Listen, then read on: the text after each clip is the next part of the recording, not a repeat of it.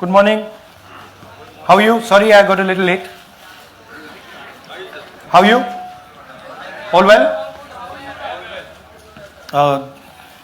Would you like to say something? No, we can start, sir.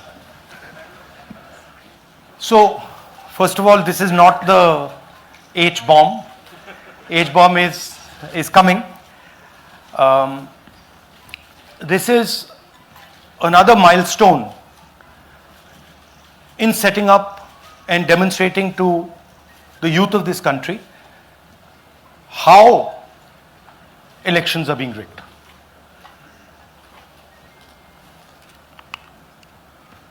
So I'm going to make a claim here, very strong claim, about CEC Gyanesh Kumar. And this is not something I'm saying lightly. I'm the leader of the opposition in the Lok Sabha. This is something I'm saying after solid proof that I'm going to show you, the youth of India, the people of India today.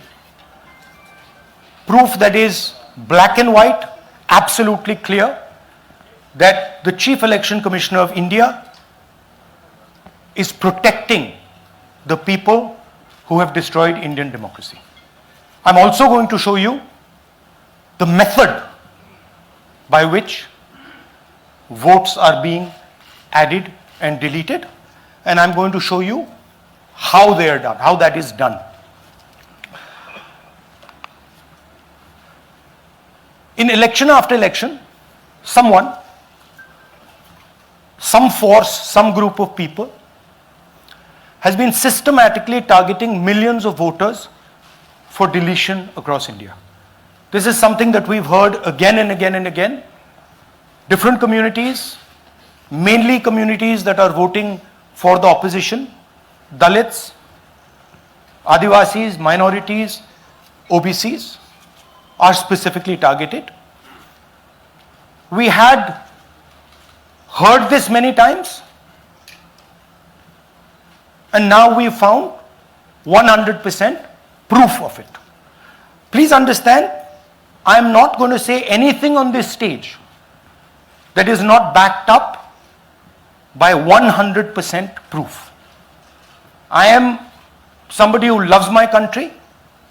I love my constitution. I love the democratic process, and I am protecting that process. And so I'm not going to say anything here that is not going to be based on 100% proof that you can determine. The burden of the judgment is yours. I am going to lay the proof in front of you. You will see it and say, actually, this is pretty solid proof. Aland is constituency in Karnataka. 6,018 votes. Somebody tried to delete 6,018 votes. We don't know the total number of votes that were deleted in Aland in the 23 election. They are much higher than 6,018. But somebody got caught deleting 6,018 votes. And it was caught, like most crimes, by a coincidence. What happened was, the booth level officer there noticed that her uncle's vote was deleted. And so she checked who deleted her uncle's vote, and she found that it was a neighbor. पड़ोसी ने uncle का vote delete किया था. उसने जाके पड़ोसी से पूछा कि आपने मेरे अंकल का वोट क्यों डिलीट किया. पड़ोसी ने कहा, मैं तो जानता ही नहीं, मैंने तो कुछ वोट डिलीट ही नहीं किया. Neither did the person deleting the vote know, nor did the person whose vote was deleted know. Some other force hijacked the process and deleted the vote. And as luck would have it, got caught. What does the operation look like? In Aland, 6,018 applications were filed impersonating voters. The people who filed these applications actually never filed them. And we will show you evidence of that on this stage. The filing was done automatically using software. We will show you that. Mobile numbers from outside Karnataka, from different states, and you can see on the map, from different states were used to delete numbers in Aland. And it was done targeting Congress voters. So this was not random. We will show you again that these deletions were specifically targeting booths where the Congress party was winning. Here is example number 1, lady called Godabai. Someone created fake logins, deleted 12 voters, attempted to delete because then this was stopped. Godabai, of course, has no idea. Can you show us what Godabai has to say about this? Election time ಈಗ ನಾ ಅರ್ಜಿ ಹಾಕಿಲ್ಲ, ನನಗೆ ಅದಕ್ಕೆ ಸಂಬಂಧ ಇಲ್ಲ, ಅದು ಯಾರು ಹೊಟ್ಟಿ ಕಿಚ್ಚಿಗೆ ಯಾರು ಏನ ಹಾಕ್ಯಾರ ಅನ್ನೋದು ನನಗೆ ಗೊತ್ತಾಗಿಲ್ಲ. So she has no idea. These were the cell phone numbers that were used to delete these people. These are not from Karnataka. These numbers are from different states. You can see here.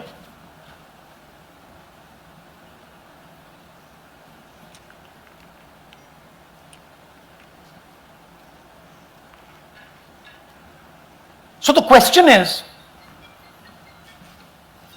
whose numbers are these? How were they operated? Where were they operated from? Who generated the OTPs to disturb the process? Now these are questions that arise out of this. Here's example 2, Suryakant. This gentleman apparently deleted 12 voters in 14 minutes. He filled 12 deletion forms in 14 minutes. I'd like you to meet him. He's here. That's one of the people. That's one. Namaskar bhi aiye. Babita Chaudhary is one of the votes that he is supposed to have deleted. Aiye bhaiya. He is supposed to have deleted. This is the gentleman. ये इनका vote delete किया जा रहा था. ये कर रहे थे. इनसे आप पूछिए. बताइए. That's our candidate. हाँ. कन्नड़ा में बोलिए. ನನ್ನ ಹೆಸರು ಸೂರ್ಯಕಾಂತ್ ಗೋವಿನ. ನಾನು ಸರ್ಸಂಬ ಗ್ರಾಮದಲ್ಲಿ ಇದ್ದೆ. ನನಗೆ ನಾಲೆಜ್ ಕೇಳದೆ ನನ್ನ ಹೆಸರು ಮೇಲೆ 9 ಜನರ ಲಿಸ್ಟನ್ನು ಡಿಲೀಟ್ ಮಾಡಿದ್ದಾರೆ. ಅದು ಯಾಕಂತ ಇವರು ನನಗೆ ಬಂದು ಕೇಳಿದರು, ನಮ್ಮ ಹೆಸರು ನೀವು ಯಾಕೆ ಡಿಲೀಟ್ ಮಾಡಿದ್ರಿ ಅಂತ. ಅದಕ್ಕೆ ನಾನು ನಮ್ಮ ಸಾಹೇಬ್ರಿಗೆ ಹೇಳಿದೆ, ನಾನು ಡಿಲೀಟ್ ಯಾರಿಗೂ ಮಾಡಿಲ್ಲ, ಅಪ್ಲಿಕೇಶನ್ ಕೊಟ್ಟಿಲ್ಲ, ಆದರೂ ಡಿಲೀಟ್ ಆಗಿದೆ, ಅದು ನೋಡ್ರಿ ಅಂತ. ಹಾಗಾಗಿ ತಹಶೀಲ್ದಾರ್ಗೆ ಹೋಗಿ ಕಂಪ್ಲೇಂಟ್ ಕೊಟ್ವಿ. ಮತ್ತು ಕಮಿಷನರ್ ಇದು ನಮ್ಮ ಜಿಲ್ಲಾ ಎಲೆಕ್ಷನ್ ಒಂದು ಇದಕ್ಕೆ ಕಂಪ್ಲೇಂಟ್ ಕೊಟ್ವಿ. ನನ್ನ ಹೆಸರು ಮೇಲೆ 12 ಜನರದು ಡಿಲೀಟ್ ಮಾಡಿದ್ದು ನಿಜ ಇರ್ತದೆ. थोड़ा ट्रांसलेट कर लीजिए. मेरे नाम पे 12 लोगों का नाम डिलीट किया गया है. हालांकि मुझे मालूम नहीं, मैं कभी किसी को मैसेज भेजा भी नहीं, मैं बुलाया भी नहीं. ये बबीता आके पूछने से पता चला कि मैंने मेरे फ़ोन से ऐसा मैसेज दिया, लेकिन असल में मैंने किसी को भी मैसेज नहीं किया. आप कुछ कहेंगे?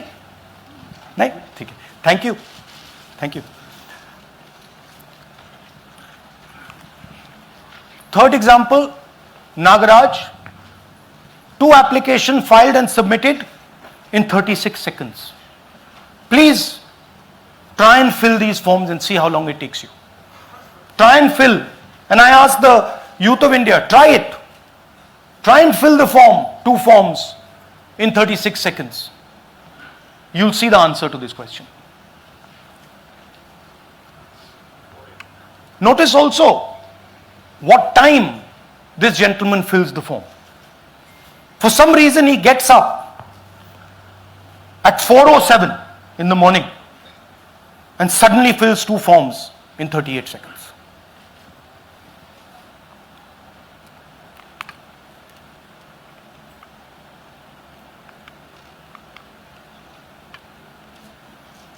Now let's talk about how this is being done and why I'm saying and we are saying that this is being done in a centralized manner, and this is being done not using individuals but using software.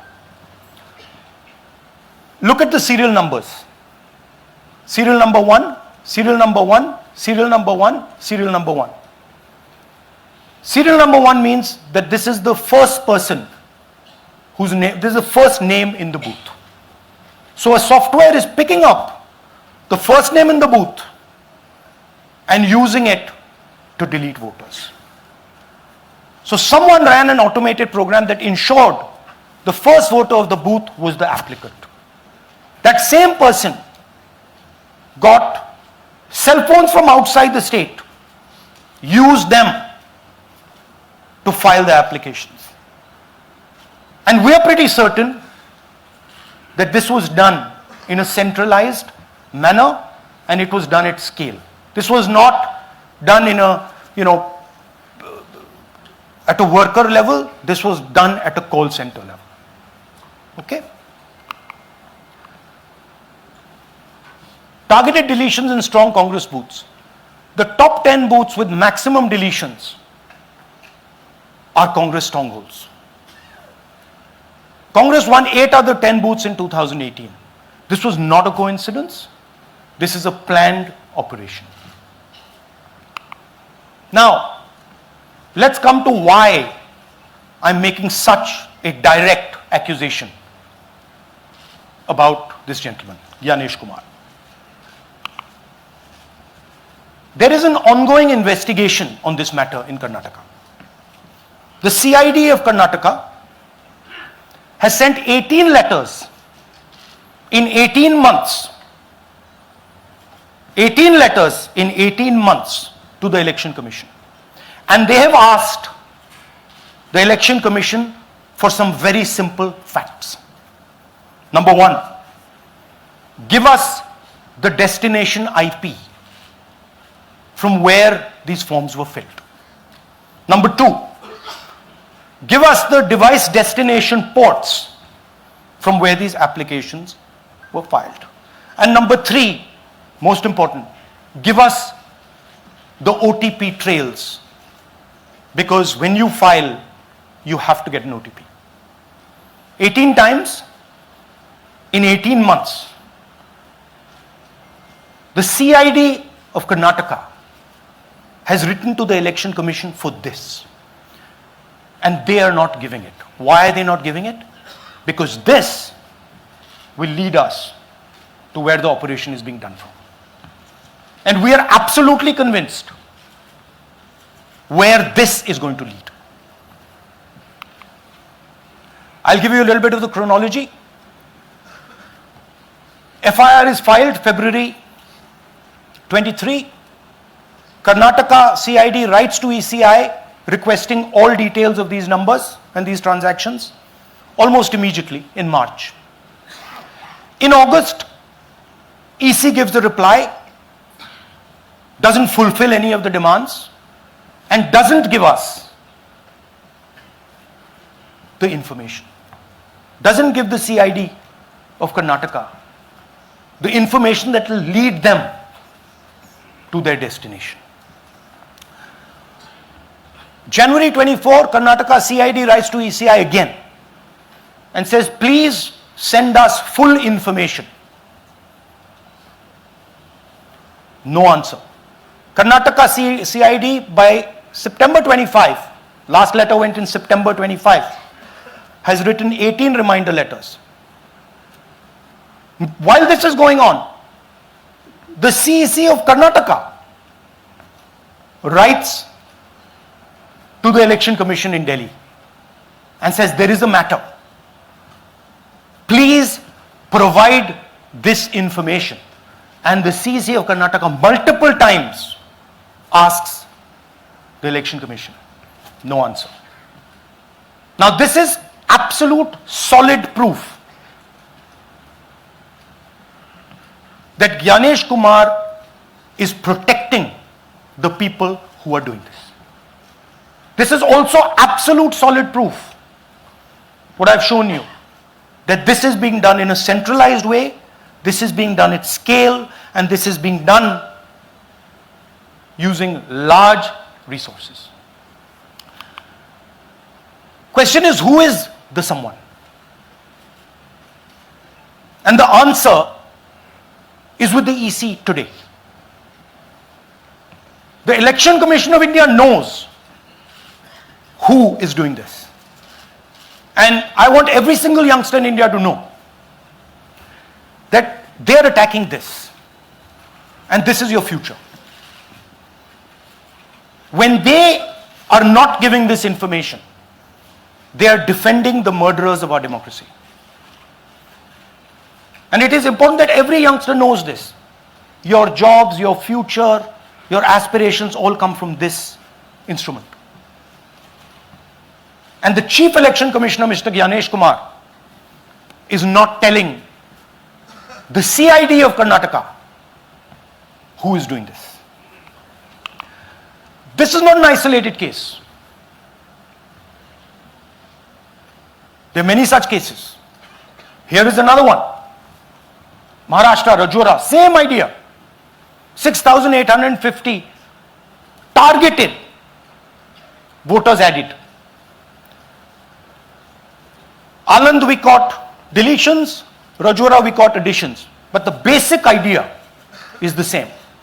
Phones from outside, people who are supposed to have added voters don't know that they've added voters, people who have deleted voters don't know that they've deleted voters. You can see, you might remember that, those names there, JW, JW, JW, JW from the last presentation. Same model. So it's the same system that is doing this. It's doing it in Karnataka, it's doing it in Maharashtra, it's done it in Haryana, it's done it in UP, and we have proof of all of it.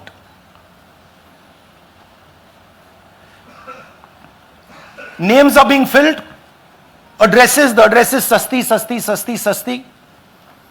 Name is UQ, JJW.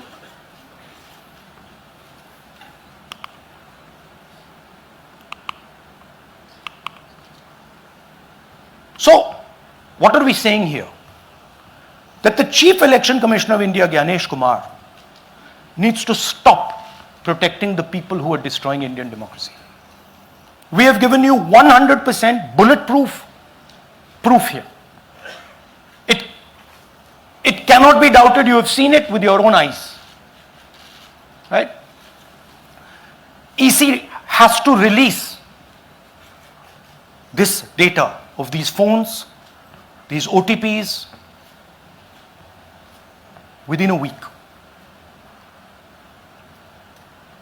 Otherwise, we will know for sure that Gyanesh Kumar is protecting the people who are destroying and attacking the constitution. Thank you. धन्यवाद पीठ हिंदी में बोले? हिंदी का नहीं, reverse कर दीजिए, पूरा हिंदी में बोल देता हूं, पूरा हिंदी में। देखिए, ये एच बॉम्ब तो नहीं है, एच बॉम्ब आ रहा है, हाइड्रोजन बॉम्ब आ रहा है। ये एक और उदाहरण है वोट चोरी का। पिछली बार मैंने आपको एडिशंस के बारे में बताया था, ये हम आपको डिलीशंस के बारे में दिखा रहे हैं, और सबूत के साथ हम आपको दिखाएंगे कि ये जो डिलीशंस हुए हैं ये सेंट्रलाइज तरीके से कॉल सेंटर के प्रयोग करके, सॉफ्टवेयर के प्रयोग करके किए गए हैं।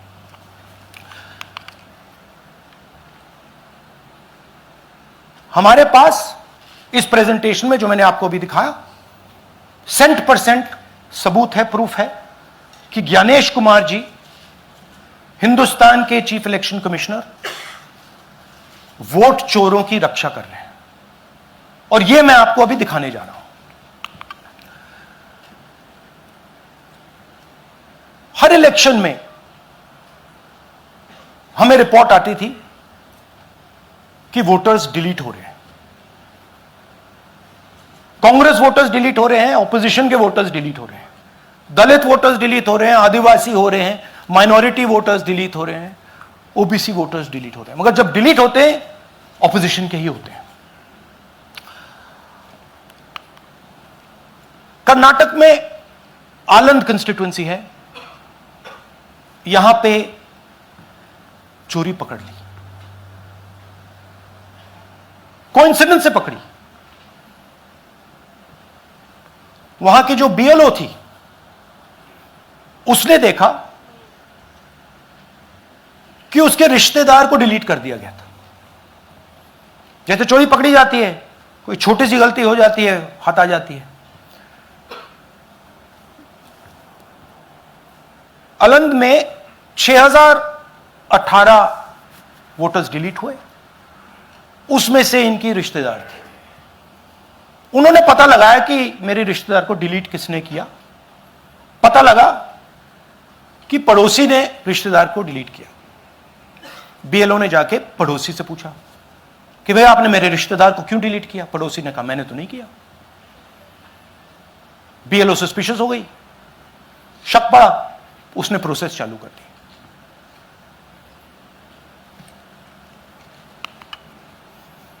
पता क्या लगा कि कोई ना कोई, किसी ने अलंद में वोटर डिलीशन सिस्टमैटिकली ऑर्गेनाइज तरीके से, सेंट्रलाइज तरीके से किया। हमें यह नहीं मालूम कि आलंद में कितने वोटर डिलीट हुए, क्योंकि इससे बहुत ज्यादा हो सकते हैं। 6000, तकरीबन 6000 पकड़े गए, उस पर इन्वेस्टिगेशन हो गया। क्या पता लगा कि फाइलिंग ऑटोमेटिकली ऑनलाइन हो रही है। मोबाइल नंबर्स कर्नाटक के नहीं यूज हो रहे, मोबाइल नंबर्स दूसरी स्टेट्स के यूज हो रहे हैं। इनफैक्ट कर्नाटक के नंबर थे ही नहीं उसमें। मतलब आप दिल्ली में बैठे डिलीट कर रहे हो, आपका नंबर तमिलनाडु का है। आप गुड़गांव में डिलीट कर रहे हो, आपका नंबर झारखंड का है। और जब हम चेक कर रहे हैं कि भैया आपका नंबर है, तो आपका नंबर है ही नहीं, किसी और का नंबर है। और टारगेट करके कांग्रेस वोटर्स को डिलीट किया गया। ये गोदाबाई जी हैं, इनके नाम पर 12 वोटर्स डिलीट किए गए। इनको मालूम ही नहीं, इनको पता ही नहीं कि इन्होंने 12 वोटर्स डिलीट किए। दिखाइए जरा। ಇಲೆಕ್ಷನ್ ಟೈಮ್ ಈಗ ये इनका वीडियो है। ನಾ ಅರ್ಜಿ ಹಾಕಿಲ್ಲ, ನನಗೆ ಅದಕ್ಕೆ ಸಂಬಂಧ ಇಲ್ಲ। ಅದು ಯಾರು ಹೊಟ್ಟಿ ಕಿಚ್ಚಿ ಯಾರು ಏನ ಹಾಕ್ಯಾರ ಅನ್ನೋದು ನನಗೆ ಗೊತ್ತಾಗಿಲ್ಲ। तो इनको आइडिया नहीं है कि इन्होंने वोटर्स डिलीट कर दिए।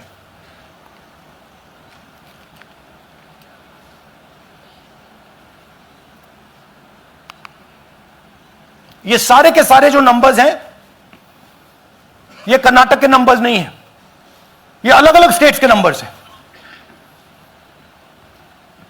और इन नंबर्स को आप फोन करके देखिए, रिप्लाई नहीं आता है।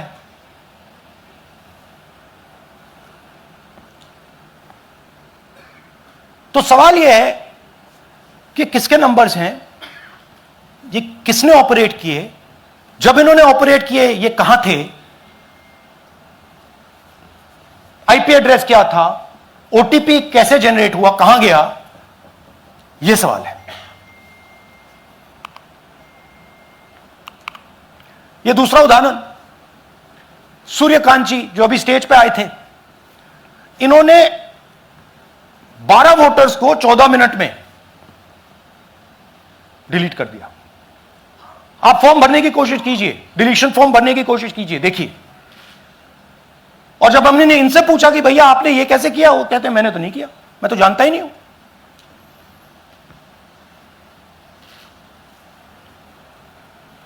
बबीता चौधरी जी का इन्होंने एक नाम डिलीट किया, यहां खड़ी हैं बबीता जी, यहां है।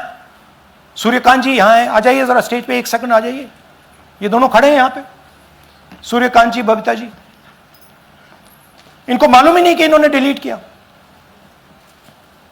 Thank you. नागराज जी, इन्होंने 2 एप्लीकेशन 36 सेकंड में फाइल कर दी है। और मजे की बात देखिए, ये 4 बजे सुबह उठ के फाइल कर रहे हैं।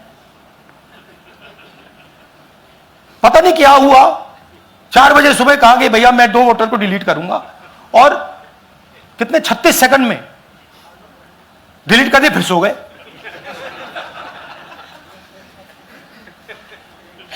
हमारी माइंड में पहले सवाल था कि क्या इलेक्शन कमीशन भी सो रहा है, मगर नहीं, सोया कोई नहीं है, जगे हुए हैं, सिस्टमैटिकली मदद हो रही है।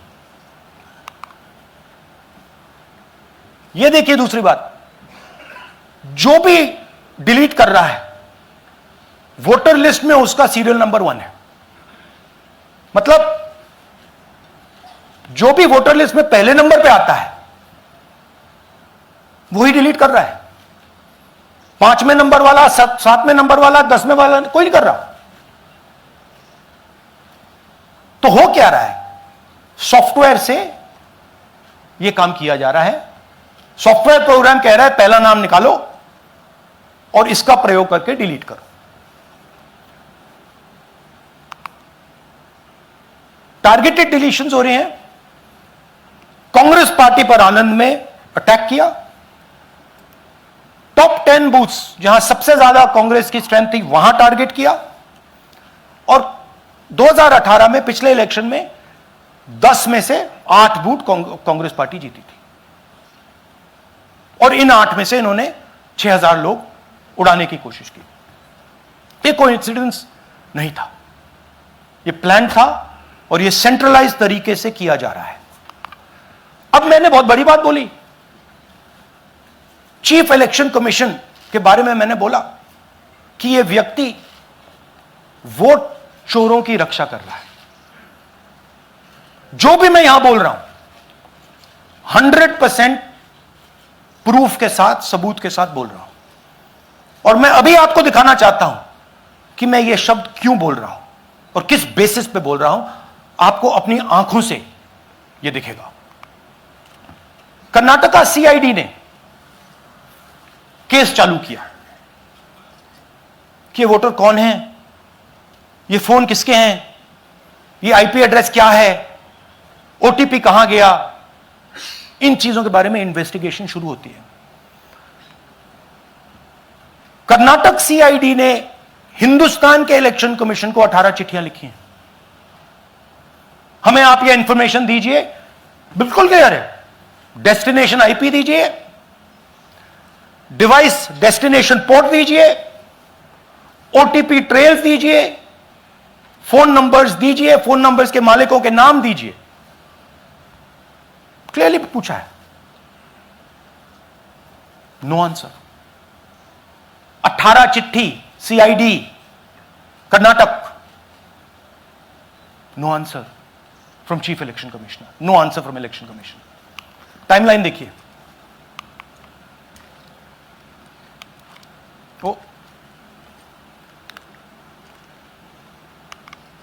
ओके, फरवरी 23 में इन्वेस्टिगेशन शुरू होती है। मार्च 23 में कर्नाटका सीआईडी चिट्ठी लिखती है ईसीआई को कि हमें सारे डिटेल्स दे दीजिए। अगस्त में इनकंप्लीट डिटेल्स दी जाती हैं, जिससे कोई इन्वेस्टिगेशन आगे नहीं बढ़ेगा। जिन चीजों की जरूरत थी वो नहीं दी, जिसकी जरूरत नहीं थी वो सारी दे दी। पहला सबूत। दूसरा सबूत, 18 बार रिमाइंडर लेटर गए हैं। आपको अगर सीआईडी एक बार लेटर भेज दे और आप नहीं गए, आप जानते हो क्या होगा। यहां पे इलेक्शन कमीशन को 18 बार लेटर गए हैं, कुछ नहीं हुआ है। बाद में क्या होता है, कर्नाटक ईसी इलेक्शन कमीशन को लिखता है, कहता है भैया हमें दे दीजिए, आपको इंफॉर्मेशन देना पड़ेगा। No reply. मार्च 25 में आखिरी लेटर सितंबर में गया है, कुछ ही दिन पहले। No reply from EC. यह है सबूत कि ज्ञानेश कुमार जी वोट चोरों की रक्षा कर रहे हैं, और यह ब्लैक एंड व्हाइट सबूत है, इसमें कोई कंफ्यूजन नहीं है कहीं।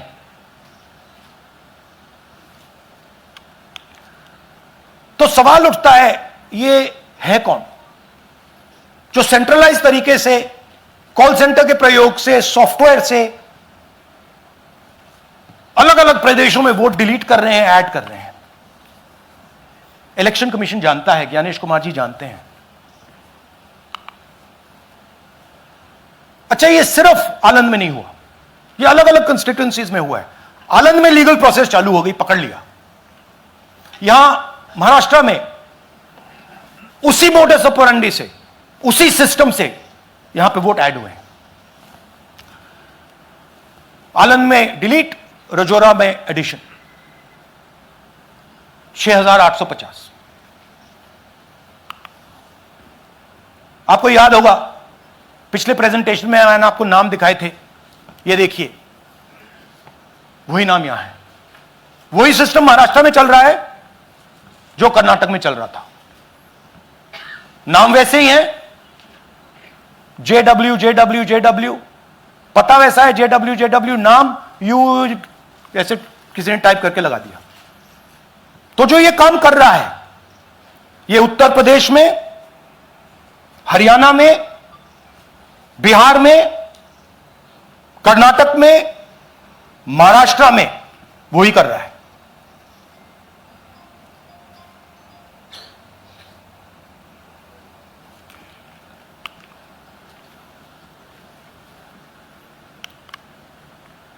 तो हमारी डिमांड है, ज्ञानेश कुमार जी, आप अपना काम कीजिए। आपने ओथ लिया है, आप हिंदुस्तान के चीफ इलेक्शन कमिश्नर हैं। आपसे कर्नाटक की सीआईडी सबूत मांग रही है। आप कर्नाटक की सीआईडी को यह सबूत 1 सप्ताह के अंदर दे दीजिए, नहीं तो पूरा हिंदुस्तान के सारे युवा इस बात को एक्सेप्ट करेंगे कि आप हिंदुस्तान के कॉन्स्टिट्यूशन, हिंदुस्तान के संविधान की हत्या में शामिल हो, हिंदुस्तान के संविधान की रक्षा नहीं कर रहे हो, और वोट चोरों की आप मदद कर रहे हो। Thank you. और थोड़ी देर में हम आपको हाइड्रोजन बॉम्ब दिखाने जा रहे हैं। नहीं, आज नहीं, थोड़ी देर में उसकी प्रिपरेशन चल रही है। क्योंकि हम देखिए, मैंने टीम से कहा है कि अगर मैं स्टेज पे जा रहा हूं, ब्लैक एंड व्हाइट प्रूफ नहीं होगा, मैं नहीं जाऊंगा। अगर ब्लैक एंड व्हाइट प्रूफ होगा, जो कोई मतलब उसको निगेट नहीं कर सकता, मैं जाऊंगा।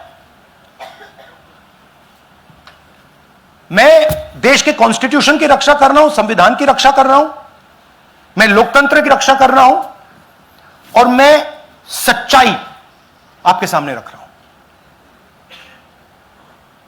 बहुत बहुत धन्यवाद, नमस्कार, जय हिंद। सर 3 सवाल। पीटीआई से संजीव चोपड़ा। या राहुल जी, दिस साइड। या राहुल जी इधर, हाँ, कहाँ है? To your right. हाँ, हेलो। राहुल जी, आज आपने नया खुलासा किया है कि कैसे वोट चोरी हो रही है। आपने पहले भी महादेवपुरा के बारे में बताया कि कैसे एडिशंस हो रही हैं, अब आपने बताया कैसे डिलीशंस हो रही हैं। लेकिन देखने में ये आ रहा है कि इलेक्शन कमीशन इस पे कोई एक्शन नहीं ले रहा, और आगे चल के वो तैयारी कर रहे हैं पूरे देश में SIR लाने की। तो आप इस मुहिम को आगे कहां तक ले जाएंगे और एसआईआर के बारे में क्या करने वाले हैं? देखिए, हम आपके सामने क्रिमिनलिटी रख रहे हैं, हमारा काम आपके सामने सच्चाई रखने का है और हम रख रहे हैं। हिंदुस्तान में दूसरे इंस्टीट्यूशंस भी हैं, सिर्फ इलेक्शन कमीशन नहीं है, लीगल सिस्टम है, उनको भी इन चीजों को देखना चाहिए। यहां पे हम चीफ इलेक्शन कमिश्नर के बारे में ब्लैक एंड व्हाइट कह रहे हैं। आपने कहा कि हमने एडिशन डिलीशन दिखाया, पहले प्रेजेंटेशन में मैंने एडिशन दिखाया था, अब हमने डिलीशन दिखाया है, मगर हमने एक और चीज जोड़ दी है, एडिशन और डिलीशन का सिस्टम, उसका स्ट्रक्चर, उसका तरीका। और हमने यह दिखाया है कि जो डिलीट कर रहा है, जो ऐड कर रहा है, महाराष्ट्र में, कर्नाटक में, यूपी में, वो एक ही आदमी है, एक ही फोर्स है। हमने आपको वो एड्रेसेस दिखाए। Same system is being used in Maharashtra, is being used in Karnataka, is being used in Uttar Pradesh, is being used in Haryana. Same people are doing it. से Siddharth, ANI। Sir, this side, sir. हाँ, Sir, on your left, sir. हाँ, On your left. This side, sir, on your left. Sir, मेरा आपसे सवाल ये है कि जब आप कह रहे हैं कि ज्ञानेश कुमार जो चीफ इलेक्शन कमिश्नर है, उन्हें पता है ये कौन कर रहा है, हाँ। और ये पॉलिटिकल फायदा जरूर किसी को हो रहा है। आप कह रहे हैं कांग्रेस के बूथ के ऊपर ही हाँ। सारे वोट्स डिलीट किए जा रहे हैं, तो वो कौन लोग आपके हिसाब से हैं जिनको ये फायदा पहुंच रहा है, पहला। और दूसरा ये कि वो आपने एक देखिए, हफ्ते का हाँ, समय दिया sorry। है, जब आपने एक हफ्ते का समय दिया है, तो क्या एक हफ्ते बाद आप इसको आगे कैसे इनिशिएट करेंगे? क्या आप लोग कोर्ट का रास्ता अपनाएंगे या और कोई हायर एजेंसी से इस बात की डिमांड करेंगे? क्योंकि ये ऑर्गेनाइज्ड तरीके से क्राइम दिखाई दे रहा है जो आप बता रहे हैं, अगर आपकी बात के ऊपर जाएं। देखिए, फ्रैंकली ये जो मैं यहां कर रहा हूं, ये मेरा काम नहीं है। मेरा काम डेमोक्रेटिक सिस्टम में पार्टिसिपेट करने का है। मेरा काम डेमोक्रेटिक सिस्टम की रक्षा करने का नहीं है। वो काम हिंदुस्तान के इंस्टीट्यूशंस का है। वो काम वो नहीं कर रहे हैं, इसलिए मैं कर रहा हूं। अब मैं आपको यह कह सकता हूं कि हमने आपको 2 बार सबूत दिखाया है, और जब हम ये प्रेजेंटेशंस खत्म करेंगे, इसमें लगेंगे 2-3 महीने, जब हम ये खत्म करेंगे, आपके माइंड में कोई डाउट नहीं होगा कि हिंदुस्तान में state after state, Lok Sabha after Lok Sabha चोरी हो रही है। तो मेरा काम सच्चाई दिखाने का है। मैं हिंदुस्तान की जनता को, हिंदुस्तान के युवाओं को सच्चाई दिखा सकता हूं। यह मेरा काम है। उनकी जो इंटरेस्ट है, क्योंकि ये जो कॉन्स्टिट्यूशन है, ये हिंदुस्तान की जनता का रखवाला है, प्रोटेक्टर है, और मैं इसकी प्रोटेक्शन कर रहा हूं। इसकी प्रोटेक्शन करने का काम हिंदुस्तान के इंस्टीट्यूशंस का है, हिंदुस्तान के ऑपोजिशन लीडर का नहीं है, मगर इंस्टीट्यूशंस नहीं करने हैं। अच्छा, एक इंटरेस्टिंग बात आई है जो मैं आपको बताना चाहता हूं कि इलेक्शन कमीशन के अंदर से हमें मदद मिलनी शुरू हो गई है। मैं साफ बोल देता हूं, इलेक्शन कमीशन के अंदर से, पहले नहीं हो रहा था, अब इलेक्शन कमीशन के अंदर से इंफॉर्मेशन आ रही है। यह रुकेगा नहीं, यह रुक नहीं सकता है, क्योंकि हिंदुस्तान की जनता इस बात को एक्सेप्ट नहीं करेगी। एक बार हिंदुस्तान की जनता को, हिंदुस्तान के युवाओं को पता लग गया कि वोट चोरी हो रही है, उनकी शक्ति लग जाएगी। IANS से आलोक झा। इस तरह से नहीं प्लीज। IANS से आलोक झा। वो भी मैं आपको दिखा दूंगा, वो भी मैं आपको प्रूफ के साथ दिखा दूंगा, है हमारे पास। राहुल जी, हाइड्रोजन बॉम्ब में ब्लैक एंड व्हाइट है। मैं फाउंडेशन लगा रहा हूं, मैं फाउंडेशन क्रिएट कर रहा हूं, है हमारे पास। मैं स्टेज पे बिना प्रूफ के नहीं चढ़ूंगा, बता रहा हूं। राहुल जी, आपने कहा ऐसे ऐसे मत पूछिए please. Last question, Rahul ji, IANS से आलोक झा। राहुल जी इधर। आपने कहा आपके पास आलोक झा इधर सर। कहां है जी? हाँ, आपने कहा सर कि आपके पास पुख्ता सबूत है, ब्लैक एंड व्हाइट सबूत है, तो क्या अगर ईसीआई अभी जवाब नहीं देती है तो कोर्ट का रुख करेंगे, ये ऑप्शन है आपके पास, जाएंगे? देखिए, मैंने कहा कि मेरा काम as opposition leader normal situation में मेरा काम ऑपोजिशन का रोल है, सरकार पे प्रेशर डालने का रोल है। मेरा काम हिंदुस्तान के लोकतंत्र को बचाने का नहीं है। मैं वो काम कर रहा हूं, इस स्टेज पे मैं वो काम कर रहा हूं। तो मेरी सोच है कि as a patriotic Indian, as somebody who loves India, who loves the constitution, it is my duty to put the truth in front of the people of India. अब अगर हिंदुस्तान के इंस्टीट्यूशंस कुछ करना चाहते हैं, वो करेंगे। उनमें भी बहुत लोग हैं, जैसे मैंने आपसे कहा, मैं सरप्राइज हो रहा हूं, इलेक्शन कमीशन से लोग आ रहे हैं, इंफॉर्मेशन दे रहे हैं और बढ़ रहा है वो। क्या जब तक सीईसी ज्ञानेश कुमार अपने पद पर है, जैसा कि आप कह रहे हैं कि वो फ्री एंड फेयर इलेक्शन होने नहीं देंगे, तो तब तक इलेक्शन का मतलब क्या रह जाएगा? क्या आप इनको हटाए जाने के लिए आई कोई इस्तीफा देने की? हाँ, तो आप इमेजिन कीजिए, और ये शॉकिंग बात ये है बस अब कि ये अभी शुरू नहीं हुआ, ये 10-15 साल से चल रहा है। ये सिस्टम है, ये स्ट्रक्चर है। हिंदुस्तान की जो डेमोक्रेसी है वो हाईजैक हो गई है। I am shocked frankly. Democracy, brothers and sisters, democracy can only be saved by the people of India. Nobody else can save democracy. Rahul Gandhi can come here and say something and say this is the truth. But the people of India, who I believe in, who I love, can do it. The day the people of India realize that आपका जो लोकतंत्र है, आपका जो संविधान है, वो आपसे चोरी हो गया है, उस दिन काम हो जाएगा। Thank you. अब आप लोग अपने स्थान पर खड़े हो जाइए राष्ट्रगान के लिए। ये है इनकी डिटेल लिस्ट, देख लीजिए।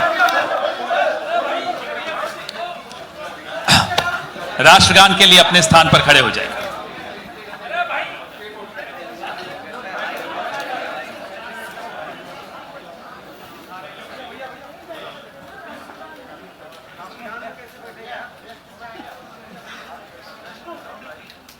भारत भाग्य विधाता, पंजाब सिंध गुजरात मराठा, द्राविड उत्कल बंगा, विंध्य हिमाचल यमुना गंगा, उच्चल जलधि तरंगा, तव शुभ नामे जागे, तव शुभ आशीष मांगे, गाहे तव जय गाथा, जन गण मंगलदायक जय हे भारत भाग्य विधाता, जय हे जय हे जय हे जय जय जय जय हे।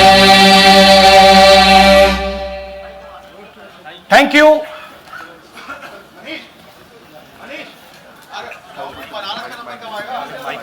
भैया नहीं, भैया डोंट डू दैट।